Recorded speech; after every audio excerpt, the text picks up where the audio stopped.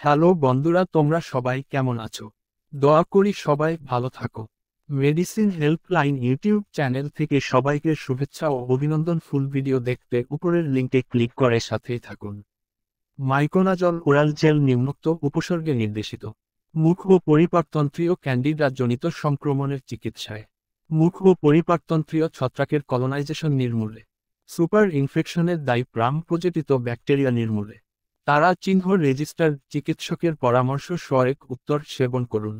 Pharmacology, ফার্মাকোডিনামিক বিশ্লেষণ, miconazole dermatophytes এবং ইস্টের বিরুদ্ধে ছত্রাক বিরোধী এবং কিছু কিছু গ্রাম পজিটিভ ব্যাসিলাই ও কক্কাই এর বিরুদ্ধে ব্যাকটেরিয়া বিরোধী কার্যকারিতা প্রদর্শন করে।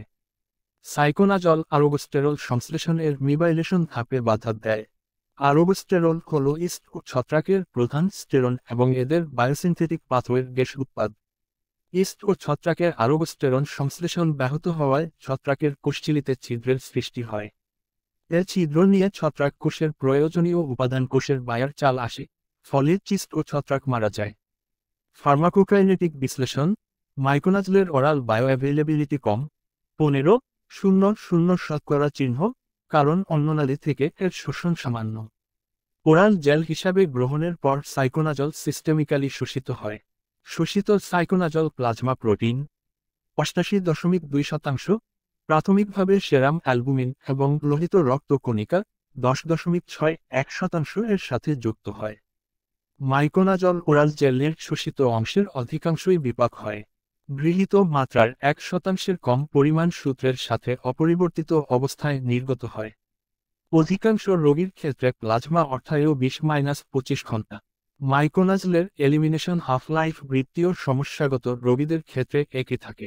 ঔষধের মাত্রা, ওরোফেরিঙ্গাল ক্যান্ডিভোসিস 6-24 মাসের শিশুদের ক্ষেত্রে 1.5 মিলি, 1/4 পরিমাপক চামচ, জেন, দিনে 4 বার খাবারের পর লাগাতে হবে।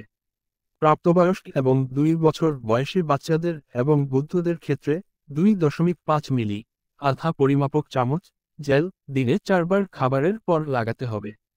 গ্যাস্ট্রোইন্টেস্টাইনাল ট্র্যাক্ট ক্যান্ডিভোসিস শিশু, 4 মাস বয়স বা তদূর্ধ্ব, বাচ্চা এবং প্রাপ্তবয়স্কদের যাদের ট্যাবলেট গিলে যেতে অসুবিধা আছে তাদের ক্ষেত্রে দিনে 20 মিলিগ্রাম প্রতি কেজি শরীরের ওজন অনুযায়ী 4 মাত্রায়। প্রতিদিনের মাত্রা 250 মিলিগ্রাম, 10 মিলি জেল, দিনে 4 বারের বেশি বাড়ানো উচিত নয়। নির্দিষ্ট সময়ে ব্যবহার করতে ভুলে গেলে করণীয়, নির্দিষ্ট সময়ে ভোজ নিতে ভুলে গেলে মনে হওয়া মাত্র সেবন করতে হবে।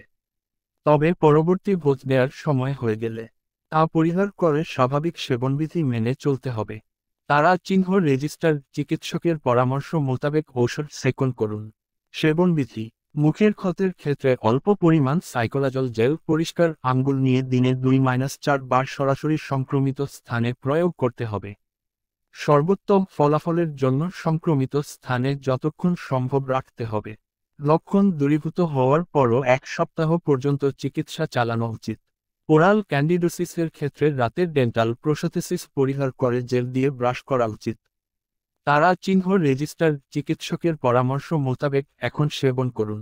ঔষধের মিথস্ক্রিয়া, টারফেনাডিন, এস্টেসিজল এবং সিসাপ্লাইডের সাথে সাইকোনাজল ব্যবহার পরিহার করা উচিত কারণ মাইকোনাজল এদের বিপাকে বাধা দেহ, ফলে এরা অধক্ষিপ্ত হতে পারে। সাইকোনাজল ফিনাইট্রিন এবং সাইকোসোপোরিন এর বিপাক বিলম্বিত করে এবং এর ফলে এদের বিষক্রিয়া পরিলক্ষিত হতে পারে। প্রতিনির্দেশনা, যে সমস্ত রোগীর এই ঔষধের যে কোন উপাদানের প্রতি অতি সংবেদনশীলতা আছে তাদের ক্ষেত্রে মাইকোনাজল প্রতিনির্দেশিত। পার্শ্ব প্রতিক্রিয়া, বমি বমি ভাব এবং বমি করা, দীর্ঘদিন ব্যবহারের ডায়রিয়া এবং কদাচিৎ এনার্জিক প্রতিক্রিয়া। গর্ভাবস্থায় ও স্তন্যদানকালে, গর্ভকালীন সময় সাইকোনাজল ওরাল জেল ব্যবহারের নিরাপত্তামূলক কোন তথ্য নেই। সূত্রা, গর্ভবতী মহিলাদের ক্ষেত্রে সম্ভব হলে সাইকোনাজল পরিহার করতে হবে অথবা সম্ভাব্য ঝুঁকিসমূহকে সম্ভাব্য সুবিধার সাথে সমন্বয় করতে হবে। যেহেতু অনেক ওষুধ মাতৃদুগ্ধে নিঃসৃত হয়, স্তন্যদাত্রী মায়েদের ক্ষেত্রে মাইকোনাজল ব্যবহারের সতর্ক অবলম্বন করতে হবে।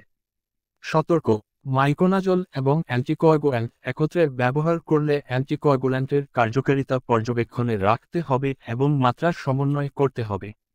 মাইকোনাজল এবং ফিনাইট্রয়েল একত্রে ব্যবহার করলে এদের প্লাজমা লেভেল পর্যবেক্ষণে রাখতে হবে। শিশু এবং বাচ্চাদের ক্ষেত্রে যেন গলায় আটকে না থাকে সেদিকে খেয়াল রাখতে হবে। স্বাস্থ্য ও ওষুধ নির্দেশিকামূলক সকল ভিডিও আপডেট পেতে, ভিডিও সকল নোটিফিকেশন পেতে অবশ্যই পাশের বেল বাটনটি ক্লিক করে অল করে দিন। আজকের বিষয়সমূহ বিস্তারিত দেখুন।